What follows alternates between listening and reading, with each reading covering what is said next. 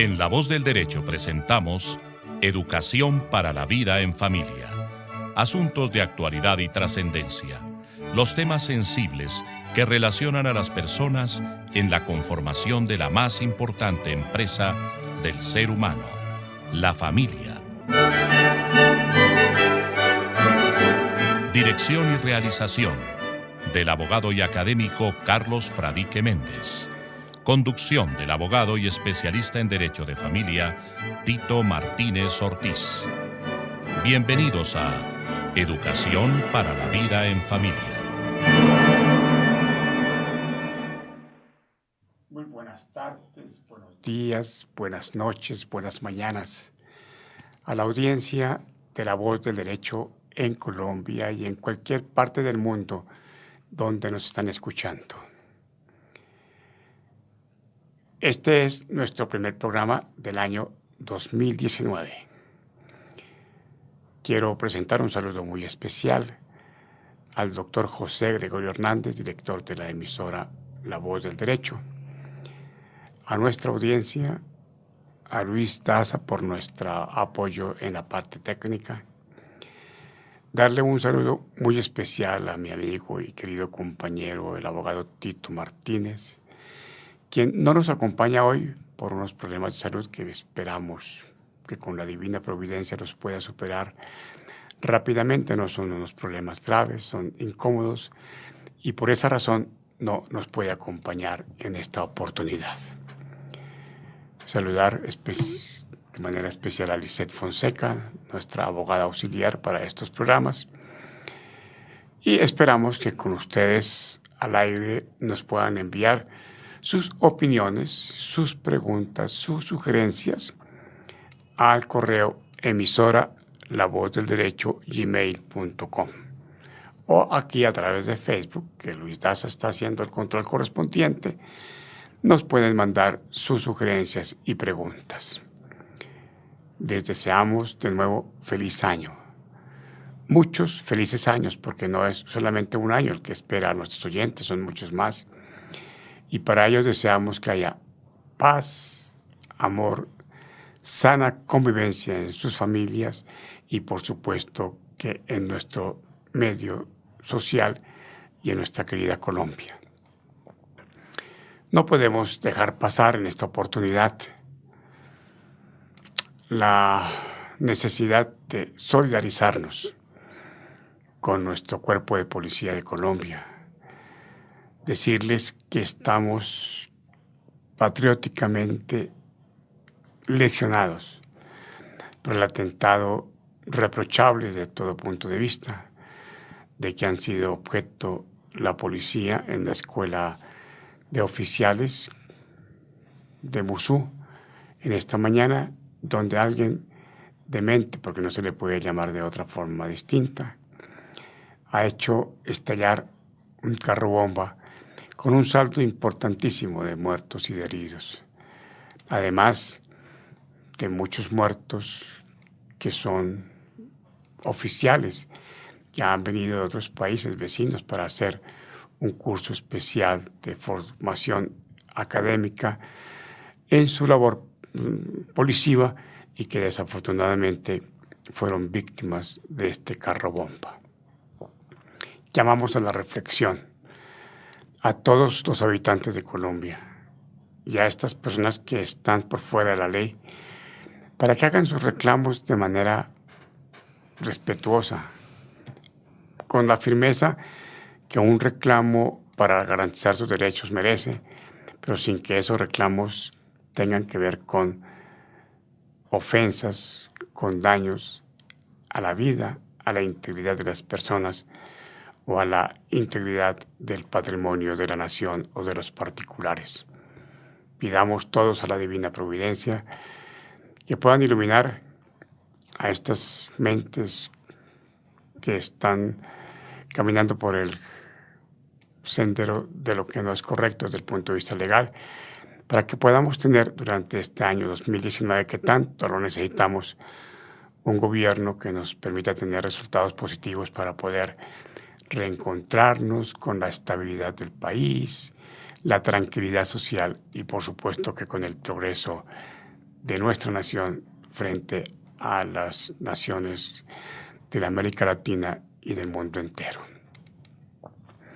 Hecho este preámbulo, quiero decirle a la familia colombiana que tenemos que tener mucho, pero mucho cuidado en el manejo de las finanzas para la familia.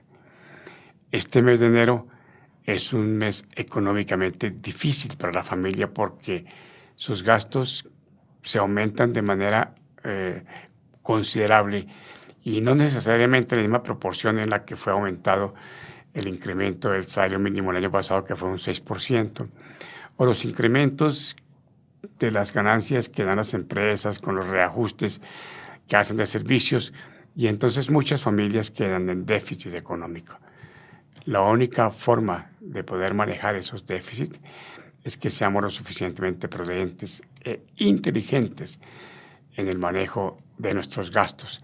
No solamente nuestros gastos personales, el gasto personal de nuestras parejas, los gastos personales de nuestros hijos, especialmente los que demandan la educación, porque en este momento necesitamos que nuestros hijos, todos nuestros hijos, vayan de manera juiciosa a las escuelas, a los colegios, a las instituciones educativas, para que ellos puedan tener garantizado su derecho fundamental a la educación, bajo el entendido de que la educación, escuchemos bien, es la única puerta que nos puede sacar de las limitaciones económicas que sufrimos las familias y, por supuesto, la única puerta que nos puede llevar al éxito de nuestras actividades profesionales, de nuestras actividades particulares. Educación en el sentido de valores, de respeto, de buena relación con nuestros semejantes, respeto a la vida, a la integridad de nuestros semejantes, respeto a la propiedad ajena y a la propiedad pública. Al tiempo que con esa educación, una muy buena información de calidad, de mucha calidad, para que podamos tener profesionales competitivos. Dice, te pido el favor de que en la Constitución miremos el artículo correspondiente a los fines de la educación, si no estoy mal es el 67 tal vez de la Constitución, que nos permite hacer claridad sobre lo que son los fines de la educación, los fundamentos de la educación para Colombia. Venimos de las fiestas de diciembre, del 25 de diciembre, las fiestas del 1 de enero, del 6 de enero, y he visto algunas familias que se han dedicado al licor, a la rumba, al pasarla rico, durante estos 3 fines de semana, 24 de diciembre, 1 de enero, 6 de enero, y han estado gastando de manera indisciplinada sus recursos, y hay muchos que comienzan con deudas grandes que deben pagar y que a veces no pueden pagar y que por esa razón se tienen que entregar sus bienes para poder cumplir con las obligaciones. Entonces, la recomendación es no se endeuden si no hay una obligación absolutamente infranqueable para endeudarse. Si no tienen necesidad de endeudarse porque no es ya urgente que lo hagan, absténganse de conseguir deudas porque las deudas congestionan el presupuesto, dificultan la tranquilidad en el hogar permanente, tienen que pagar intereses de mora sumamente altos y muchas veces tienen que desprenderse de los bienes, a veces desde la casa, del hogar, para poder atender esas obligaciones. ¿Encontraste, Lisette, el artículo que es cuál? 67. El artículo 67 de la Constitución, que nos dice, los fines de la educación en Colombia son los siguientes. Sí. La educación es un derecho de la persona y un servicio público que tiene una función social. Con ella se busca el acceso al conocimiento, a la ciencia, a la técnica y a los demás bienes y valores de la cultura. El acceso al conocimiento. Hay muchas personas ahora, muchos estudiantes, que en este momento están únicamente pensando en que todo su saber lo encuentran en el medio decímetro cuadrado que tiene su celular. El mundo se les redujo a ese medio decímetro cuadrado que tiene el celular. Y en cuanto a su mundo exterior, lo manejan dentro de su metro cuadrado en el que se mueve su cuerpo. Y el resto del mundo, el resto del universo no existe para ellos.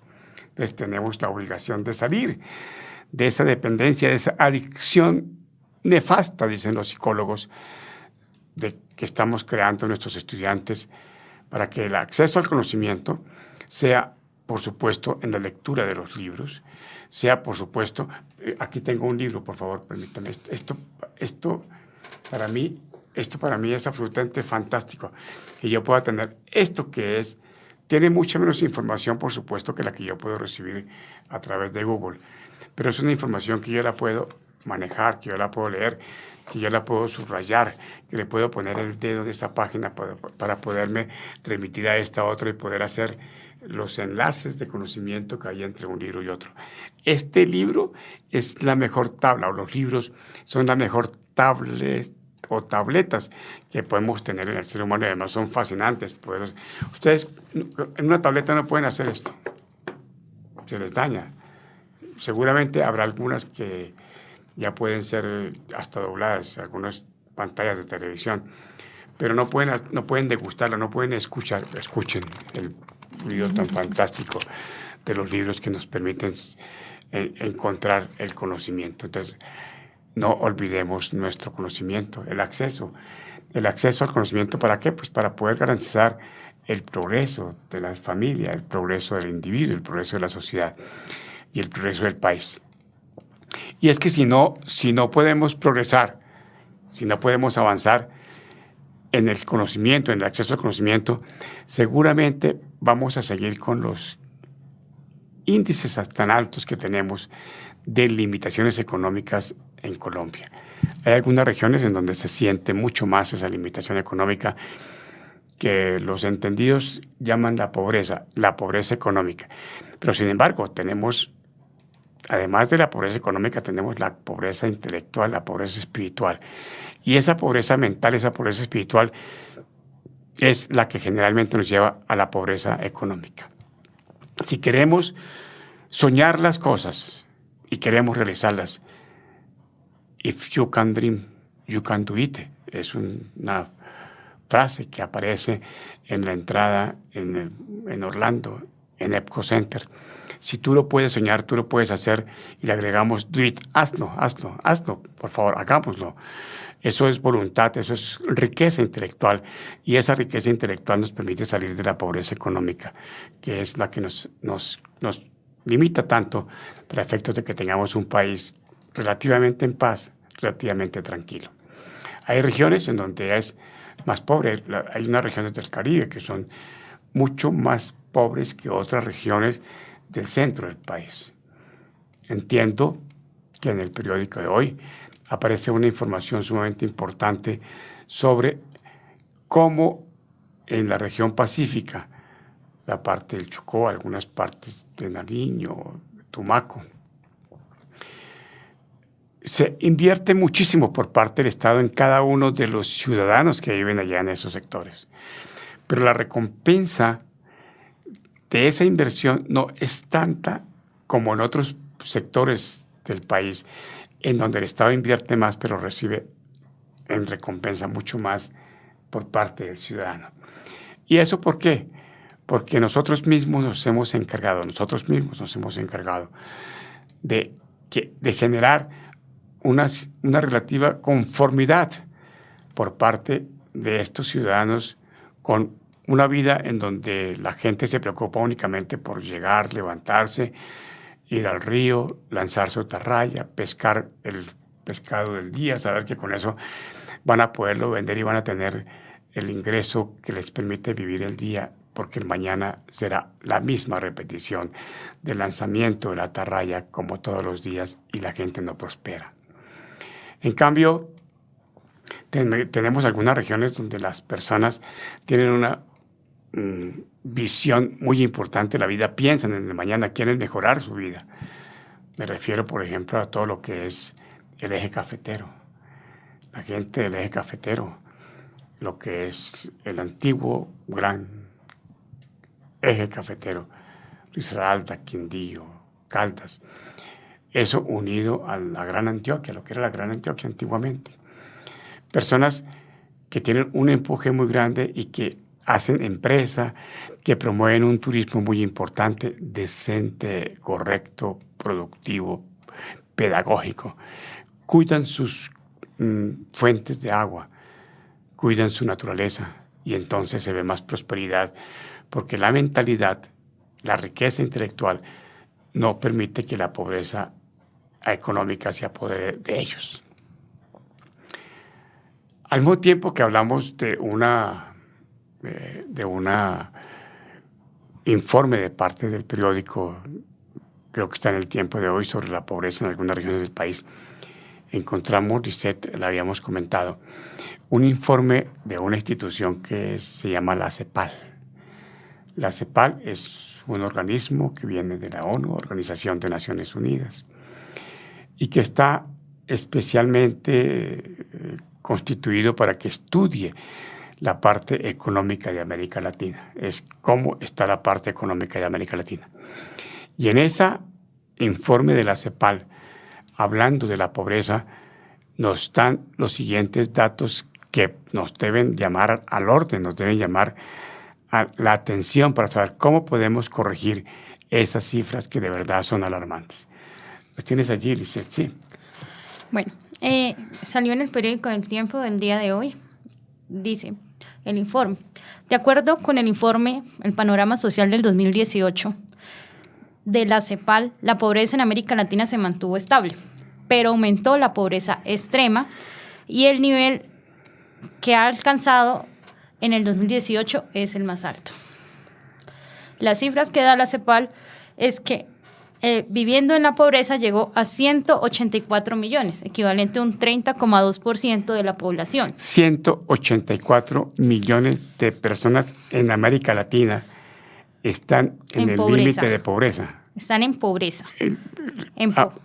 Audiencia querida, 184 millones en América Latina bajo el límite de pobreza.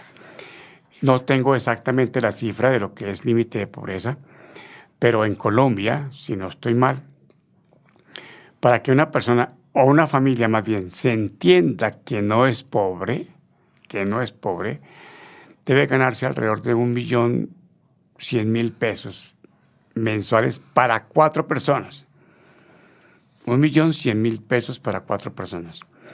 Quiere decir que más o menos para cada persona, como si cada persona pudiera vivir en Colombia con 300.000 pesos mensuales. Una familia con 1.200.000 pesos tiene que pagar su cuota de su casita de interés social o puede tener que pagar el arriendo. Y el arriendo le vale 350, 400.000 pesos mensuales en un estrato 1, 2. 1, 2. Listo. Y tiene que pagar transporte para 4 personas y el transporte para 4 personas al día son 10.000 pesos. Sí. Es decir, que al mes... 20.000 al día, pues para ir y regresar serían 20.000. Hay que ir y regresar, ¿no? Sí, toca regresar. 20.000. Y por 20 días que la gente sale, son 400.000 pesos al mes.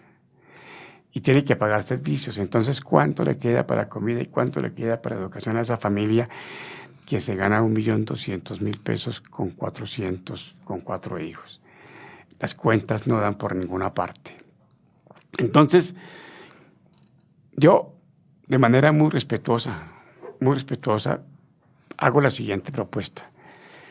Como la pobreza se refleja en parte en la cantidad de personas que forman una familia, la idea es que de manera responsable podamos decir, disminuimos el número de hijos de cada familia y tenemos una progenitura también tardía.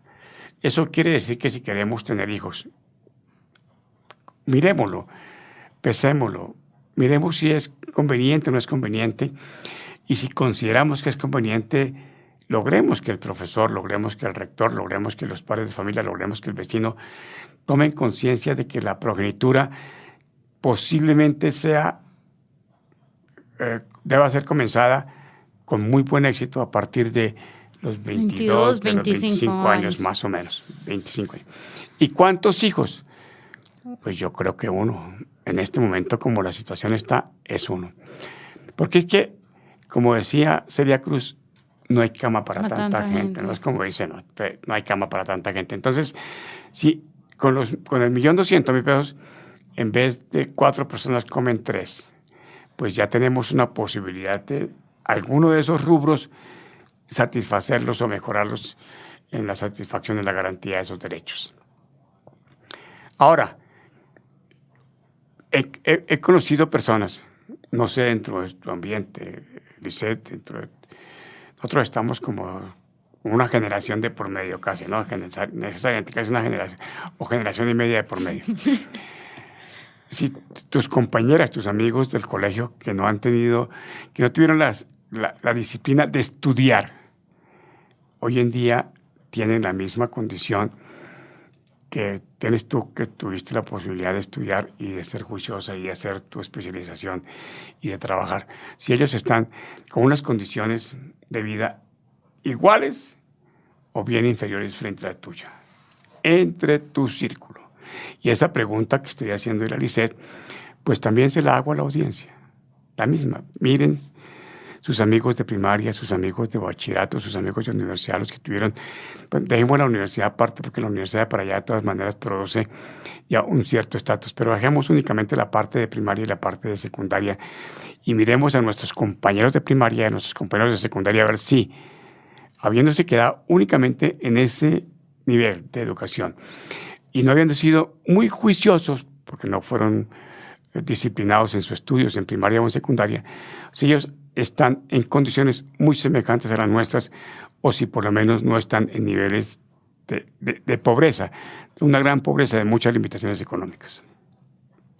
Sí, hay un balance de todo. A ver. Hay algunos que quedaron nomás con su bachillerato. Son padres, madres, cabezas de familia. ¿Con cuántos hijos? Hay algunos de 1, de 2, 3 hijos. ¿Y cómo le va al que tiene 3 hijos? ¿Cómo ha visto que le va al de 3 hijos? Pues demuestran que les va bien, pero considero que no es un plan de vida, o para mí no es un plan de vida. Va bien porque tienen un buen hogar, tienen una buena casa, tienen una buena educación, tienen una no buena tienen no tienen casa. ¿Tienen una casa digna? No. No, bueno, entonces ¿por qué? Pues porque comenzaron su maternidad muy temprano. Exactamente. Muy temprano. Hay que dar, mire, mis amigos, yo creo que la etapa de la adolescencia, esa etapa que puede uno alargar hasta los 21 años, es la etapa más fabulosa de la vida. Es donde uno puede hacer las mejores osadías de la vida. Y eso es para aprender, es para pasarla bien, para disfrutar, para conocer la vida. Y no es la época en la que uno, de manera a veces osada, de manera lujuriosa, a veces de manera irresponsable, prematura, acepta obligaciones que no están para las que uno no está preparado. Entonces, bien podemos decir, la primera parte para que podamos ir disminuyendo la pobreza es que la progenitura sea tardía y sea programada, sea planeada, y por supuesto que no volvamos a tener familias de 10, de 12, de 7, de 3 hijos. Además, hay muchas señoras y muchos señores que tienen 1, 2, 3 hijos con diferentes papás, con diferentes mamás. Yo que llevo ya un tiempo larguito en el ejercicio profesional, ya casi van a ser 50 años de ejercicio profesional, es harto tiempo, ¿no? He visto casos en donde una madre o un padre, por tener hijos de diferentes hogares, se ha enfrentado hasta 10 procesos en el juzgado de familia, en la comisaría de familia, en la bienestar familiar, en la fiscalía, en el juzgado penal, donde adelantan investigaciones por inexistencia alimentaria. No, y es indignante ver esos procesos en donde un salario mínimo se tiene que vivir sabiendo que de ese salario, hasta el 50%, dice que ese 50% se tiene que vivir entre 3, 4, hasta 5 hijos, y que una madre vaya a suplicar por unos 50, 60 mil pesos. Sí, eso no tiene ninguna presentación. Eso no tiene ninguna presentación. Sí, eso es excelente nota eso. Entonces, para evitarnos eso, para evitar que el salario mínimo se reparta entre de a 50 mil pesos entre 3 o 4 hijos, pues, ¿qué tenemos que hacer? Tomar conciencia, mucha conciencia, de que la progenitura debe ser responsable, demoradita, retardada, programada, planeada. ¿Para qué? Pues para cuando tengamos las condiciones mínimas para poder garantizar los derechos de nuestros hijos, nos embarquemos en ese tema de la progenitura. Mientras tanto, no, esa es una forma de minimizar el tema de la pobreza. Y por supuesto, que la otra forma, sin la cual no vamos a poder tener un verdadero progreso desde el punto de vista del manejo de la pobreza, la educación. Una buena educación. ¿Y quiénes son los responsables de la educación? No, ¿quiénes somos los responsables de la educación? Los papás, en primer lugar. Papá y mamá. Y papá y mamá tienen que dedicarse a educar a sus hijos, no dedicarse a pelear por si se vio o no se vio al niño, si se llamó o no se llamó, por si la señora está haciendo un trabajo o está haciendo otro. Porque tenemos que recordar que ya hasta el año de 1974 existía lo que se llamaba la potestad marital, es decir, el poder que tiene el hombre de poder gobernar el gobierno, de poder manejar el gobierno en la familia. Desde 1974, es decir, desde hace 47 años, 44 años ya, no, el hombre dejó de ser el jefe del hogar. Hoy el hogar tiene 2 gerentes, tiene 2 jefes, y tenemos que respetar esos derechos, esas jefaturas que deben ser ejercidas de manera mancomunada, de manera civilizada, para que la familia produzca buenos resultados. Además de la familia, tiene que ser la sociedad y tiene que ser el Estado los responsables de la educación de nuestros hijos. Y en esa tarea, hablando de la familia, pues también tienen que ver muchísimo los abuelos. El abuelazgo es una tarea, es una etapa en donde los niños deben tener el cariño, el afecto, la complicidad de los abuelos para que puedan sentirse mucho más queridos, mucho más amados, mucho más seguros de la vida, que es parte de lo que hacen los abuelos, especialmente ayudándoles a la educación y ayudándoles a la buena formación, especialmente a la formación humanística, que hoy tiene tantos enemigos por la prevalencia de la educación tecnológica. Estamos en Educación para la Vida de Familia, diplomado en Educación para la Vida en la Familia a través de La Voz del Derecho. Y este año vamos a hacer 2 programas. Esta primera hora se nos acaba. Ya hemos hecho unas reflexiones importantes sobre las finanzas en la familia, sobre las fiestas en la familia, sobre el endeudamiento, cómo podemos superar los temas de pobreza, cómo podemos ser progenitores responsables, cómo debemos decir solamente un hijo tarde, después 22, 25 años, y cómo tenemos que saber que la educación es el eje fundamental para que podamos ser responsables. Me despido de esta media hora. Deseo que estos puntos que hemos trabajado nos den resultado y volveremos con el debido tiempo, después de un cierre institucional y de una pausa musical, a nuestra segunda hora de hoy, jueves 17 de enero del año 2019. Muchas gracias por escribirnos y por mandarnos su información a emisora La Voz del Derecho @gmail y al Facebook Live. Las preguntas, las observaciones que ustedes nos quieran hacer a través de esa emisora virtual que es La Voz del Derecho. Muchas gracias. Bendiciones. Esta es La Voz del Derecho.